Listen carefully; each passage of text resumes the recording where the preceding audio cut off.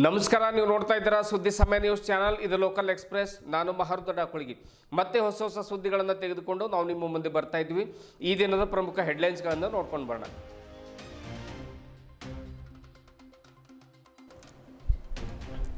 ಸ್ಪರ್ಶ ಕುಷ್ಠರೋಗ ಅರಿವು ಆಂದೋಲನಕ್ಕೆ ಚಾಲನೆ. ಸಾರ್ವಜನಿಕರು ಆರೋಗ್ಯ ಇಲಾಖೆಯೊಂದಿಗೆ ಕೈ ಜೋಡಿಸಿದರೆ ಮಾತ್ರ ಕುಷ್ಠರೋಗ ಮುಕ್ತ ಜಿಲ್ಲೆ ಮಾಡಲು ಸಾಧ್ಯ. ಡಾಕ್ಟರ್ ಧ್ಯಾನೇಶ್ವರ ನಿರಗುಡೆ. ಡಿಎಚ್ಒ ಕಚೇರಿಯಿಂದ ನಗರದ ಹಲವು ಕಡೆ ರ್ಯಾಲಿ ನಡೆಸಿದ ಆರೋಗ್ಯ ಇಲಾಖೆ. ರಸ್ತೆ ಸುರಕ್ಷತಾ ಸಪ್ತಾಹದ ಪ್ರಯುಕ್ತ ಹೆಲ್ಮೆಟ್ ವಿತರಣೆ ಮಾಡಿ ಜನಜಾಗೃತಿ ಮೂಡಿಸಿದ ಜಿಲ್ಲಾ ಪೊಲೀಸ್ ಇಲಾಖೆ. ದಿನಾಲು 100 ಹೆಲ್ಮೆಟ್ ವಿತರಣೆ ಮಾಡುವ ಗುರಿ ಹೊಂದಲಾಗಿದೆ. ದಂಡ ವಿಧಿಸುವ ಬದಲಾಗಿ ಹೆಲ್ಮೆಟ್ ವಿತರಣೆ ಮಾಡಲಾಗ್ತಾ ಇದೆ. ಎಸ್ಪಿ ಪ್ರದೀಪ್ ಗುಂಟಿ.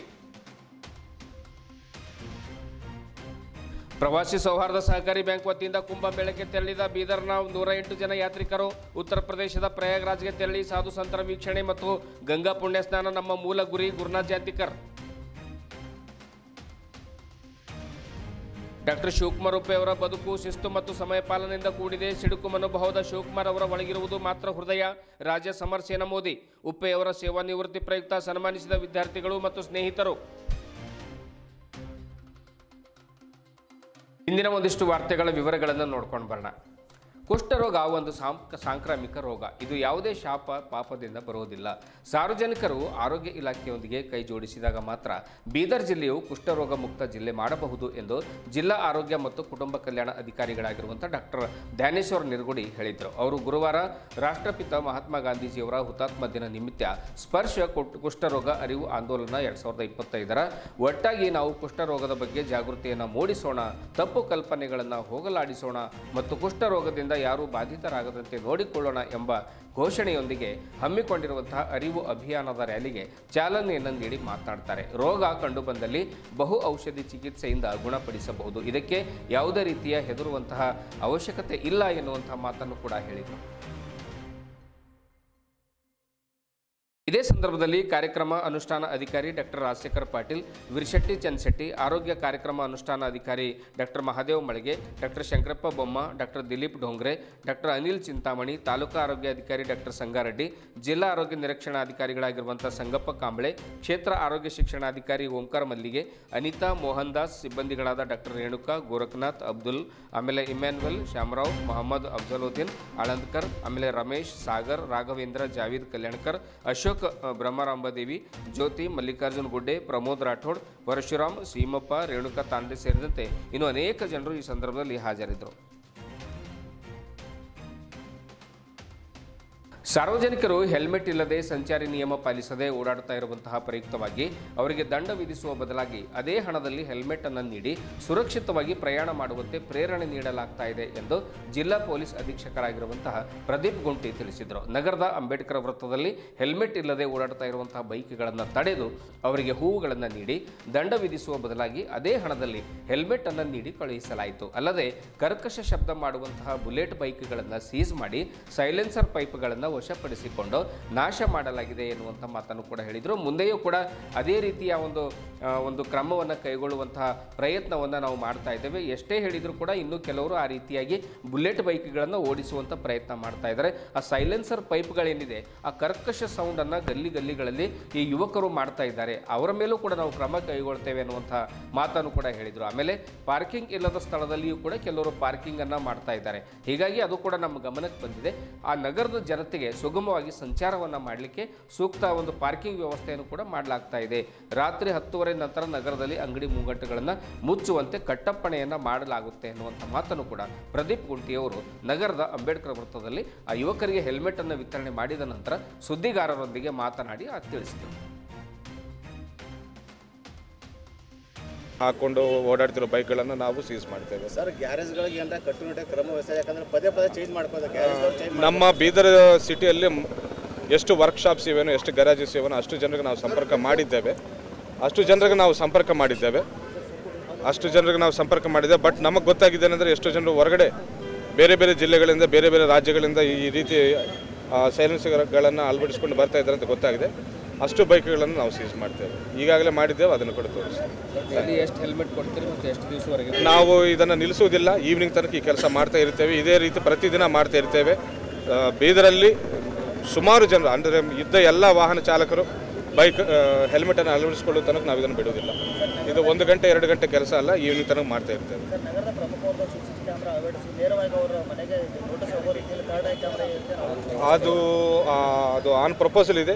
ಜಿಲ್ಲಾ ಉಸ್ತುವಾರಿ ಅವರು ಅದು ನಮಗೆ ಭರವಸೆ ನೀಡಿದ್ದಾರೆ. ಆ ಆರ್ಟಿಫಿಷಿಯಲ್ ಇಂಟೆಲಿಜೆನ್ಸ್ ಕ್ಯಾಮರಾಸ್ ಕೂಡ ಅಳವಡಿಸಿಕೊಡ್ತಾರೆ ಅಂತ ಸಾಹೇಬರು ಹೇಳಿದ್ದಾರೆ. ಅದು ಕೂಡ ಶೀಘ್ರದಲ್ಲೇ ಆಗ್ತದೆ. ಸರ್, ರಾತ್ರಿ ಎಲ್ಲ ಇಡೀ ರಾತ್ರಿ 1 ಗಂಟೆ ತನಕ ಹೋಟೆಲ್ಗಳು ಅವ್ರಿಗೆ ಇವತ್ತು ಮತ್ತೊಂದು ಸರಿ ನೋಟಿಸ್ ಕೊಡ್ತಾ ಇದ್ದೇವೆ. ಮ್ಯಾಕ್ಸಿಮಮ್ 10:15 10ಗೆ ಕ್ಲೋಸ್ ಮಾಡಬೇಕಂತ ಹೇಳಿದ್ದೇವೆ. ಇನ್ನೂ ಸ್ವಲ್ಪ ಏನಾದರೂ ಹೆಚ್ಚು ಕಮ್ಮಿ ಆಗಿ 10:30 ತನಕ ಆದರೂ ನಾವು ಬಿಡ್ತೇವೆ. ಬಟ್ 10:30 ಮೀರಿ ಒಂದು ಶಾಪ್ನು ಒಂದು ಹೋಟೆಲ್ನು ಓಪನ್ ಮಾಡೋಂಗಿಲ್ಲ ಅಂತ ಇವತ್ತು ನಾವು ಮತ್ತೊಂದು ಸರಿ ನೋಟಿಸ್ ನೀಡ್ತೇವೆ. ಅದನ್ನು ಕೂಡ ಕಠಿಣವಾಗಿ ನಾವು ಜಾರಿಗೊಳಿಸ್ತೇವೆ. Thank you so much.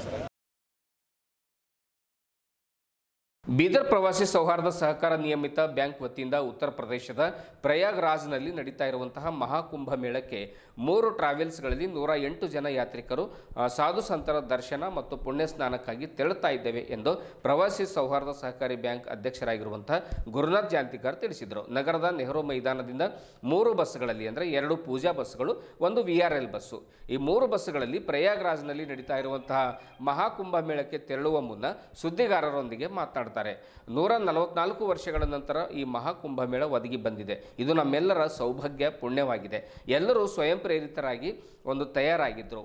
ಮೊದಲಿಗೆ ನಾವು ಓಂಕಾರೇಶ್ವರ ಹೋಗ್ತಾ ಇದ್ದೀವಿ, ಆಮೇಲೆ ಉಜ್ಜಯಿನಿಗೆ ಹೋಗ್ತೀವಿ, ಆಮೇಲೆ ವಾರಣಾಸಿಗೆ ಹೋಗ್ತೀವಿ, ನಂತರ ಅಯೋಧ್ಯೆಯ ಒಂದು ರಾಮ ಮಂದಿರ ದರ್ಶನವನ್ನು ಮಾಡಿಕೊಂಡು ನಂತರ ಮಹಾಕುಂಭ ಮೇಳದಲ್ಲಿ ಪಾಲ್ಗೊಂಡು ಅಲ್ಲಿ ಪುಣ್ಯ ಸ್ನಾನ ಮಾಡ್ತೀವಿ ಅನ್ನುವಂಥ ಮಾತನ್ನು ಕೂಡ ಅವರು ಹೇಳಿದರು. ಆಮೇಲೆ ಪ್ರವಾಸಿ ಸೌಹಾರ್ದ ಸಹಕಾರಿ ನಿಯಮಿತ ಬ್ಯಾಂಕ್ ವತಿಯಿಂದ ಯಾತ್ರಾರ್ಥಿಗಳಿಗೆ ಶುಭ ಆಗಲಿ, ಅವರ ಒಂದು ಯಾತ್ರೆ ಯಶಸ್ವಿಯಾಗಿ ಮುಗಿಸ್ಕೊಂಡು ಅವರೆಲ್ಲರೂ ಕೂಡ ಬರಲಿ ಅನ್ನುವಂಥ ಶುಭ ಹಾರೈಕೆಯನ್ನು ಕೂಡ ಅವರು ಮಾಡಿದರು.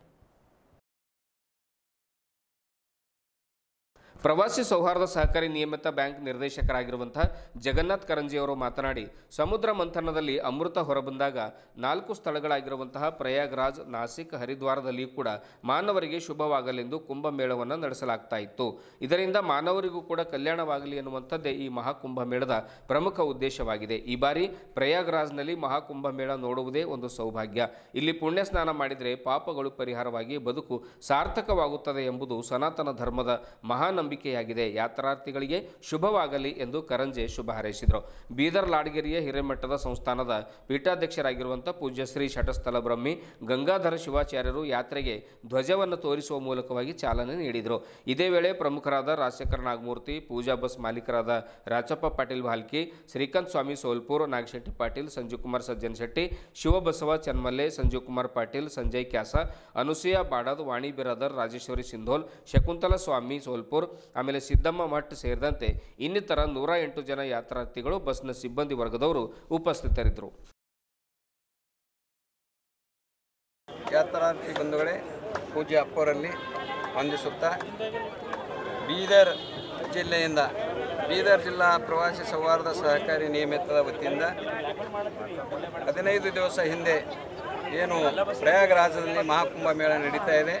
144 ವರ್ಷದ ನಂತರ ಈ ಒಂದು ಮಹಾಕುಂಭ ಮೇಳ ನಡೀತಾ ಇರೋದರಿಂದ ನಮ್ಮ ಜೀವಮಾನದಲ್ಲಿ ಇದೊಂದು ಅತ್ಯಂತ ಪವಿತ್ರವಾದಂಥ ಸಮಯ. ಈ ಸಂದರ್ಭದಲ್ಲಿ ನಮ್ಮೆಲ್ಲರನ್ನ ಕರೆದುಕೊಂಡು ಹೋಗಬೇಕಂತೇಳಿ ಅನೇಕ ಜನರ ಒಂದು ಒತ್ತಾಸೆಯ ಮೇರೆಗೆ ನಾವು ಈ ಒಂದು ಪ್ರವಾಸವನ್ನು ಬೀದರ್ ಜಿಲ್ಲಾ ಪ್ರವಾಸಿ ಸೌಹಾರ್ದ ಕಡೆಯಿಂದ ಆಯೋಜನೆ ಮಾಡಲಾಗಿದೆ. ಈ ಒಂದು ಪ್ರವಾಸದ ಸಂದರ್ಭದಲ್ಲಿ ನಾವು ಈ ಒಂದು 108 ಜನ 3 ಬಸ್ಸುಗಳನ್ನು ತೆಗೆದುಕೊಂಡು ಹೋಗ್ತಾ ಇದ್ದೀವಿ. 2 ಪೂಜಾ ಬಸ್ಸುಗಳು, 1 VRL ಬಸ್ಸು. ಸೊ ಇದರಲ್ಲಿ ಎಲ್ಲ ಯಾತ್ರಾರ್ಥಿಗಳು ಅತ್ಯಂತ ಆಸಕ್ತಿಯಿಂದ ಭಾಗವಹಿಸ್ತಾ ಇದ್ದಾರೆ. ನಾವು ಮೊದಲನೇದಾಗಿ ಇಲ್ಲಿಂದ ನೇರವಾಗಿ ನಾವು ಓಂಕಾರೇಶ್ವರ, ಅದು ಆದಮೇಲೆ ಉಜ್ಜಯಿನು, ಅದು ಆದಮೇಲೆ ವಾರಣಾಸಿ, ಆದಮೇಲೆ ಅಯೋಧ್ಯ, ಆಮೇಲೆ 3ನೇ ತಾರೀಕು ಅಮೃತ ಸ್ನಾನಕ್ಕಾಗಿ ಕುಂಭಮೇಳಕ್ಕೆ ನಾವು ಹೊರಟಿದ್ದೀವಿ. ಎಲ್ಲ ಜನರ ಒಂದು ಆಶೆಯನ್ನು ಅಲ್ಲಿರ್ತಕ್ಕಂಥ ಸಾಧು ಸಂತರಿಗೆ ಒಂದು ವೀಕ್ಷಣೆಯನ್ನು ಮಾಡಬೇಕು, ಕುಂಭಮೇಳದಲ್ಲಿ ನಾವು ಮಿಂದು ಪವಿತ್ರ ಆಗಬೇಕು ಅಂತಕ್ಕಂಥ ಆಶೆಯಿಂದ ನಾವು ಎಲ್ಲ ಯಾತ್ರಾರ್ಥಿಗಳಿಗೆ ತೆಗೆದುಕೊಂಡು ಹೋಗ್ತಾ ಇದ್ದೀವಿ. ಇದು ಪ್ರವಾಸಿ ಸೌಹಾರ್ದ ಸಹಕಾರಿಯ ಅತ್ಯಂತ ಯಶಸ್ವಿ. ಈಗಾಗಲೇ ನೇಪಾಳನ್ನು ಕರೆದುಕೊಂಡು ಹೋಗಿ ಬಂದಿದ್ದಾರೆ, ಆಮೇಲೆ ಈ ಹಿಂದೆ ಈ ಎಲ್ಲ ಪ್ರದೇಶಗಳಿಗೆ ಹೋಗಿ ಬಂದಿದ್ದಾರೆ. ಅತ್ಯಂತ ಪವಿತ್ರವಾದಂಥ ಒಂದು ಜಾಗ ಆಗಿರೋದರಿಂದ ನಾವೆಲ್ಲ ಬೀದರ್ ಜನತೆಯ ಸಹಕಾರದಿಂದ ಬೀದರ್ ಜಿಲ್ಲಾ ಸೌಹಾರ್ದ ಸಹಕಾರಿ ಆಶ್ರಯದಲ್ಲಿ ನಾವು 108 ಜನ ಹೋಗ್ತಾ ಇದ್ದೀವಿ. ಈ ಒಂದು ಸಂದರ್ಭದಲ್ಲಿ ನಾನೆಲ್ಲ ಯಾತ್ರಾರ್ಥಿಗಳಿಗೆ ಒಂದು ಅತ್ಯಂತ ಹರ್ಷ ಉಲ್ಲಾಸದಿಂದ ಈ ಪ್ರವಾಸವನ್ನು ಮುಗಿಸಿ ಬರಲಿ. ದೇವರ ಒಂದು ಆಶೀರ್ವಾದ ಪಡೆದುಕೊಂಡು ಬರಲಿ ಅಂತೇಳಿ ಹಾರೈಸ್ತೇನೆ.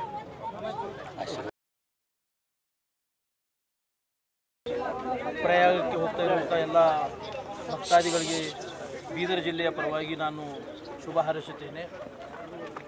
ಈ ಮಹಾಕುಂಭಮೇಳ ಈಗಾಗಲೇ ಜಂತಿಕರ್ ಸರ್ ಹೇಳಿದಂಗೆ 144 ವರ್ಷ ನಂತರ ಈ ಮಹಾಕುಂಭಮೇಳವನ್ನು ಪ್ರಯಾಗರಾಜದಲ್ಲಿ ಆಯೋಜಿಸಲಾಗಿದೆ. ಈ ಮಹಾಕುಂಭಮೇಳದ ವಿಶೇಷತೆ ಏನಂದರೆ, ಸಮುದ್ರ ಮಂಥನದಲ್ಲಿ ಅಮೃತವನ್ನು ಹೊರಬಂದಾಗ ಆ ಅಮೃತವನ್ನು ಈ ನೆಲದಲ್ಲಿ ಮಾನವರಿಗೂ ಸಹ ಕಲ್ಯಾಣ ಆಗಲಿ ಅಂತೇಳಿ 4 ಸ್ಥಳದಲ್ಲಿ ಪ್ರಯಾಗ, ಹರಿದ್ವಾರ, ನಾಸಿಕ್ ಈ ರೀತಿ ಏನಂದ್ರೆ 4 ಸ್ಥಳದಲ್ಲಿ ಈ ಕುಂಭಮೇಳ ನಡೀತದೆ. ಈ 4 ಸ್ಥಳದಲ್ಲಿ ವಿಶೇಷವಾಗಿ ಪ್ರಯಾಗರಾಜದಲ್ಲಿ ಗಂಗಾ, ಯಮುನಾ, ಸರಸ್ವತಿ 3 ನದಿಗಳ ಸಂಗಮ ಆದಂಥ ಒಂದು ಕ್ಷೇತ್ರದಲ್ಲಿ ಈ ಒಂದು ಕುಂಭಮೇಳದಲ್ಲಿ ದೇವಾದಿ ದೇವತೆಗಳೆಲ್ಲ ಬಂದು ಸ್ನಾನ ಮಾಡ್ತಾರಂತ ನಮ್ಮ ಧರ್ಮದ ಒಂದು ಪ್ರತೀತ. ಮತ್ತು ಅನೇಕ ಸಾಧುಗಳು, ಅಖಾಡಗಳು ಅಲ್ಲಿ ಬಂದು ಸ್ನಾನ ಮಾಡೋದ್ರಿಂದ ಅವರ ಒಂದು ಚರಣಸ್ಪರ್ಶ, ಅವರ ಒಂದು ದರ್ಶನದಿಂದ ನಮ್ಮ ಪಾಪಗಳನ್ನು ನಶಿಸಿ ಪುಣ್ಯವನ್ನು ಪ್ರಾಪ್ತಿಯಾಗುತ್ತೆ ಅನ್ನೋಂಥ ಒಂದು ನಂಬಿಕೆ ನಮ್ಮ ಸನಾತನ ಧರ್ಮದ್ದು. ಈ ಅವರ ಒಂದು ದರ್ಶನದಿಂದಲೇ ಈ ರೀತಿ ಒಂದು ಸೌಭಾಗ್ಯ ನಮಗೆ ದೊರಕುತ್ತದೆ. ಈ ಒಂದು ಶತಮಾನದ ಈ ಒಂದು ಮಹಾಕುಂಭ ನೋಡೋದೇ ಒಂದು ಸೌಭಾಗ್ಯ ನಮ್ಮೆಲ್ಲರದು. ಹಾಗಾಗಿ ಅವರೆಲ್ಲ ಯಾತ್ರಾದಿಗಳು ಹೋಗ್ತಾ ಇದ್ದಾರೆ. ನಾವು ಭಗವಂತನಲ್ಲಿ ಪ್ರಾರ್ಥನೆಯನ್ನು ಮಾಡ್ತೇವೆ, ಅವರಿಗೆ ಯಾತ್ರೆಯಲ್ಲಿ ಶುಭಮಂಗಲವಾಗಲಿ, ಅವರ ಯಾತ್ರೆ ಯಶಸ್ವಿಯಾಗಲಿ ಅಂತ ಹೇಳಿ ನಾನು ಹಾರೈಸ್ತೇನೆ. ಧನ್ಯವಾದ. ಶಿಸ್ತು, ಸಮಯ ಪಾಲನೆ ಮತ್ತು ಸರಳ ಸಜ್ಜನಿಕೆಗೆ ಇನ್ನೊಂದು ಹೆಸರೇ ಡಾಕ್ಟರ್ ಶಿವಕುಮಾರ್ ಉಪ್ಪೆಯವರಾಗಿದ್ದಾರೆ. ಸದಾ ಹಸನ್ಮುಖ, ವಿದ್ಯಾರ್ಥಿಗಳಲ್ಲಿ ಪ್ರೀತಿ, ಸಹಕಾರ ಮನೋಭಾವನೆ ಸೇರಿದಂತೆ ಮಾನವೀಯ ಮೌಲ್ಯಗಳ ಸಾಕಾರ ಮೂರ್ತಿ ಉಪ್ಪೆಯವರಾಗಿದ್ದಾರೆ ಎಂದು ಕಲಬುರಗಿಯ ಪ್ರಾಧ್ಯಾಪಕರಾಗಿರುವಂಥ ಡಾಕ್ಟರ್ ರಾಜಾ ಸಮರಸೇನ ಮೋದಿ ಅವರು ತಿಳಿಸಿದರು. ಸ್ನಾತಕೋತ್ತರ ಇತಿಹಾಸ ಅಧ್ಯಯನ, ಆಮೇಲೆ ಪ್ರಥಮ ದರ್ಜೆ ಕಾಲೇಜು, ಆಮೇಲೆ ಸಂಶೋಧನಾ ವಿಭಾಗ ಇವರ ವತಿಯಿಂದ ಇತಿಹಾಸ ವಿಭಾಗದ ಮುಖ್ಯಸ್ಥರು ಹಾಗೂ ಪ್ರಾಧ್ಯಾಪಕರು ಆಗಿರುವಂಥ ಜನವರಿ 31ಕ್ಕೆ ನಿವೃತ್ತರಾಗ್ತಾ ಇರುವಂಥ ಡಾಕ್ಟರ್ ಶಿವಕುಮಾರ್ ಉಪ್ಪೆಯವರ ಸೇವಾ ನಿವೃತ್ತಿ ಪ್ರಯುಕ್ತವಾಗಿ ಆಯೋಜನೆ ಮಾಡಿರುವಂತಹ ಬೀಳ್ಕೊಡುಗೆ ಸಮಾರಂಭದಲ್ಲಿ ಭಾಗವಹಿಸಿ ತಮ್ಮ ವಿಚಾರಗಳನ್ನು ಅವರು ಪ್ರತಿಪಾದನೆ ಮಾಡ್ತಾರೆ. ಉಪ್ಪೆಯವರು ತಮ್ಮ ಬದುಕಿನಲ್ಲಿ ಹೊಂದಾಣಿಕೆ ಮಾಡಿಕೊಂಡು ಜೀವನ ನಡೆಸಿದಂತಹ ಉದಾಹರಣೆ ಇಲ್ಲ ಅನ್ನುವಂಥ ಮಾತನ್ನು ಕೂಡ ಹೇಳಿದರು. ಯಾವಾಗಲೂ ಕೂಡ ಸತ್ಯ, ನ್ಯಾಯ, ನೀತಿ, ದೇಶಭಕ್ತಿ, ಶಿಸ್ತು, ವಿದ್ಯಾರ್ಥಿಗಳಲ್ಲಿ ಪ್ರೀತಿ, ಸಹೋದ್ಯೋಗಿಗಳಲ್ಲಿ ವಿನಯ ಭಾವ ಅವರ ಬದುಕಿನ ಪ್ರಮುಖ ಸೂತ್ರಗಳಾಗಿದ್ದವು ಅನ್ನುವಂಥ ಮಾತನ್ನು ಕೂಡ ಹೇಳಿದರು. ಇನ್ನೋರ್ವ ಪ್ರಾಧ್ಯಾಪಕರಾದ ಅಂಜುಮ್ ನಜ್ಮಾ ಅವರು ಈ ಸಂದರ್ಭದಲ್ಲಿ ಮಾತನಾಡಿ, ಡಾಕ್ಟರ್ ಶಿವಕುಮಾರ್ ಉಪ್ಪೆಯವರು ಯಶಸ್ವಿಯಾಗಿ ತಮ್ಮ ಪ್ರಾಧ್ಯಾಪಕ ವೃತ್ತಿ ಜೀವನವೆಂಬ ಮೊದಲನೇ ಇನ್ನಿಂಗ್ಸನ್ನು ಮುಗಿಸಿದ್ದಾರೆ. ಮುಂದಿನ ಪ್ರವೃತ್ತಿ ಜೀವನ ಎನ್ನುವಂಥ 2ನೇ ಇನ್ನಿಂಗ್ಸ್ ಪ್ರಾರಂಭಕ್ಕೆ ಸಜ್ಜಾಗಿದ್ದಾರೆ. ಅವರು ಗುರುತಿಸಿಕೊಂಡ ಸಂಘಟನೆಗಳಾಗಿರುವಂತಹ RSS ಆಗಿರಬಹುದು, ಇನ್ನಿತರ ದೇಶ ಸೇವೆ ಮಾಡುವಂಥ ಸಂಸ್ಥೆಗಳೊಂದಿಗೆ ಅವರ ದೇಶ ಸೇವೆ, ಸಮಾಜ ಸೇವೆ, ಇನ್ನಿತರ ಅವರಿಗೆ ತೃಪ್ತಿ ಕೊಡುವಂಥ ಅರ್ಥಪೂರ್ಣ ಜೀವನ ಯಶಸ್ವಿಯಾಗಿ ಸಾಗಲಿ. ದೇವರು ಅವರಿಗೆ ಸೇವೆ ಮಾಡುವಂತಹ ಇನ್ನಷ್ಟು ಆಯುಷ್ಯ, ಆರೋಗ್ಯ, ಆಸಕ್ತಿಯನ್ನು ನೀಡಿ ಕಾಪಾಡಲಿ ಎನ್ನುವಂಥ ಮಾತನ್ನು ಕೂಡ ಹೇಳಿದರು. ಇದೇ ವೇಳೆ ಅವರ PhD ಹಾಗೂ ಪದವಿ ವಿದ್ಯಾರ್ಥಿಗಳು ತಮ್ಮ ಅಭಿಪ್ರಾಯಗಳನ್ನು ಹಂಚಿಕೊಂಡರು.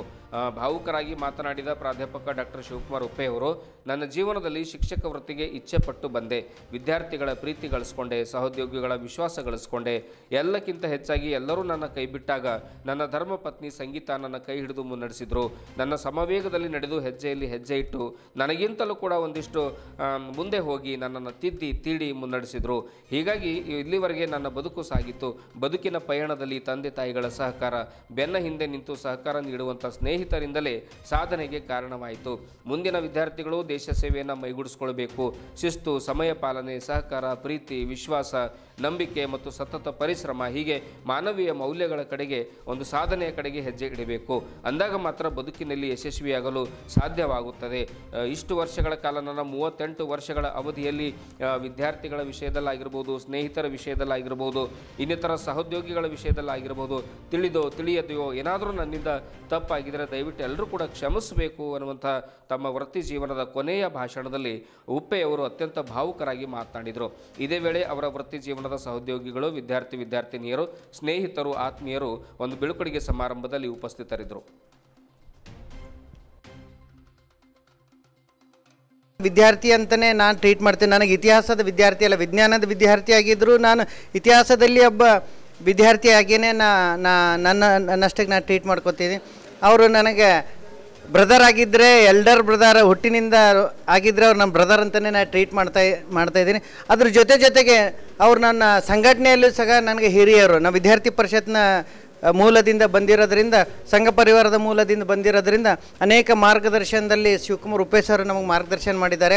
ಕಲಬುರಗಿ JDFನಲ್ಲಿ ಅವರು ಅಸಿಸ್ಟೆಂಟ್ ಡೈರೆಕ್ಟರ್ ಆಗಿದ್ದಾಗ ಸಹ ಒಂದು ದೊಡ್ಡ ಪ್ರಮಾಣದ ಒಂದು ವಿವೇಕಾನಂದ ಜಯಂತಿಗೆ ಸಂಪೂರ್ಣ ಸಹಕಾರ ಯಾರಾದರೂ ನೀಡಿ ಸ್ಫೂರ್ತಿ ನೀಡಿದ್ದಾರೆ. ಯಾಕಂದರೆ ಅದಕ್ಕೆ ನಾನು ಕೋಆರ್ಡಿನೇಟ್ರಾಗಿ ಇಡೀ ಜಿಲ್ಲೆಯಲ್ಲಿ ಸಂಚಾರ ಮಾಡ್ತಾಯಿದ್ದೆ. ಸರ್ ಉಪ್ಪೇಶ್ ಸರ್ ಅವರು ನಮ್ಗೆ ಅನೇಕ ಮಾರ್ಗದರ್ಶನ ನೀಡಿದ್ದಾರೆ. ಆಮೇಲೆ ಅನೇಕ ಸಂದರ್ಭದಲ್ಲಿ ಕಾಲೇಜ್, ಈ ನವಬಾದ್ ಕಾಲೇಜ್ ಅಥವಾ ಫಸ್ಟ್ ಗೇಟ್ ಕಾಲೇಜಿನ ಬಗ್ಗೆ ಯಾರಾದರೂ ಚಿಂತನೆ ಮಾಡಿದ್ದಾರೆ ಅಂತಂತಂದರೆ ಉಪ್ಪೇಶ್ ಸರ್ ಅವರು ಅಂತ ನಂಗೆ ಹೇಳಿಕ್ಕೆ ಇಷ್ಟಪಡ್ತೇನೆ. ಕಾಲೇಜಿನ ಪ್ರಾಪರ್ಟಿಗೆ ಸಂಬಂಧಪಟ್ಟಂತೆ ಇರ್ಬೋದು, ಕಾಲೇಜಿನ ವಿದ್ಯಾರ್ಥಿಗಳ ಬೆಳವಣಿಗೆಗೆ ಸಂಬಂಧಪಟ್ಟಂತೆ ಇರೋದು, ಎಲ್ಲಕ್ಕಿಂತ ಮುಖ್ಯವಾಗಿ ನಾನು ಬೀದರಿಗೆ ಬಂದಾಗ ನನಗೆ ಒಂದು ಸಂಪೂರ್ಣ ಸಹಕಾರ. ಯಾಕಂತಂದ್ರೆ ಕೆಲವೊಂದು ಹೊಸದಾಗಿ ಬಂದಿರೋಂಥವ್ರಿಗೆ ಅಡ್ಜಸ್ಟ್ ಆಗಬೇಕಾಗಿತ್ತು, ಅನೇಕ ಕುಂದುಕೊರತೆಗಳಿರ್ತವೆ. ನಾನು ಇದ್ದೀನಿ ಅಂತ ಮತ್ತು ಒಂದೇ ಸಲ ಫೋನ್ ಮಾಡಿದ್ರಾಗ 2 ನಿಮಿಷದಲ್ಲಿ ಉಪಸ್ಥಿತಿ ಇದ್ದು ನನಗೆ ಭಾಳ ಕರ್ತೃತ್ವ ಶಕ್ತಿ ಕೊಟ್ಟವರು ಉಪ್ಪೇಶ್ ಸರ್ ಇದ್ದಾರೆ. ಅದಕ್ಕೆ ನಾನು ಇವತ್ತು ಅವ್ರು ಕರೆಯೇ ಇದ್ದರು ಇವತ್ತಿನ ಕಾರ್ಯಕ್ರಮಕ್ಕೆ ನಾನು ಬಂದಿದ್ದೀನಿ. ಸ್ವಂತ ಭಾಳ ಖುಷಿಯಾಗಿದೆ. ಉಪ್ಪೇಶ್ ಸರ್ ಅವರ ಕಾರ್ಯಕ್ರಮದಲ್ಲಿ ನಾನು ಭಾಗವಹಿಸಿದ್ದೇನೆ. ಅಕ್ಕವ್ರ ಬಗ್ಗೆ ನಂಗೆ ಜಾಸ್ತಿ ಗೊತ್ತಿಲ್ಲ. ಮನೆಗೆ ಆ್ಯಸ್ ಎ ಸಂಘ ಪರಿವಾರದ ಕಾರ್ಯಕರ್ತನಾಗಿ ಹೋಗಿದ್ದೇನೆ ವಿನಃ ಒಬ್ಬ ವಿದ್ಯಾರ್ಥಿಯಾಗಿ ಅವ್ರ ಮನೆಗೆ ಹೋಗಿದ್ದಿಲ್ಲ. ಸರ್ ನೀವು ನಮ್ಮ ಮನೆಗೆ ಯಾವತ್ತೂ ಬರ್ಬೋದು, ನಿಮ್ಮ ವಿದ್ಯಾರ್ಥಿ ಅಂತ ತಿಳ್ಕೊಂಡೆ. ಅವರು ನಾನು ಹೇಳ್ತೀನಿ ಚಂದ ಊಟ ಮಾಡ್ತಾಳೆ ಸರ್, ಅಡುಗೆ ಮಾಡ್ತಾಳೆ, ಬಂದು ನೀವು ಊಟ ಮಾಡ್ಬೋದು. ಸೊ ಈ ನಿಟ್ಟಿನಲ್ಲಿ ಅವರ ಮುಂದಿನ ಜೀವನ ಸುಖಕರವಾಗಿರಲಿ. ಅವ್ರು ಹೇಳೋದಕ್ಕಿಂತ ಹೆಚ್ಚಿಗೆ ನಾನು ಏನು ಹೇಳ್ತೇನೆ ಅಂತಂದರೆ, ಅವರು ಸಮಾಜಕ್ಕಾಗಿ ಅವರನ್ನು ತೊಡಗಿಸ್ಕೊಳ್ತಾರೆ. ಇಡೀ ದೇಶದಲ್ಲಿ ಅವರು ಸಂಚಾರ ಮಾಡಿದ ಇತಿಹಾಸ ಸಂಕಲನ ಸಮಿತಿಯ ಅವರ ಸದಸ್ಯರಿದ್ದಾರೆ. ಅದರ ಜೊತೆಗೆ ಬೀದರ್ನ ಡೆವಲಪ್ಮೆಂಟಿಗೆ ಸಂಬಂಧಪಟ್ಟಂಗೆ ಉಪ್ಪೇಶ್ ಅವರು ತೊಡಗಿಸ್ಕೊಳ್ತಾರೆ ಅಂತ ಒಂದು ತುಂಬ ಹೋಪ್ ಅಥವಾ ಒಂದು ಭಾವನೆಯಿಂದ ನಾನು ಈ ಕಾರ್ಯಕ್ರಮಕ್ಕೆ ಬಂದಿದ್ದೇನೆ. ಅವ್ರಿಗೆ ಶುಭ ಕೋರ್ತಾ ಇವತ್ತಿನ ಕಾರ್ಯಕ್ರಮಕ್ಕೆ ವಿರಾಮ ನೀಡ್ತೇನೆ. Thank you. Hello, I am Arjuman Dazar.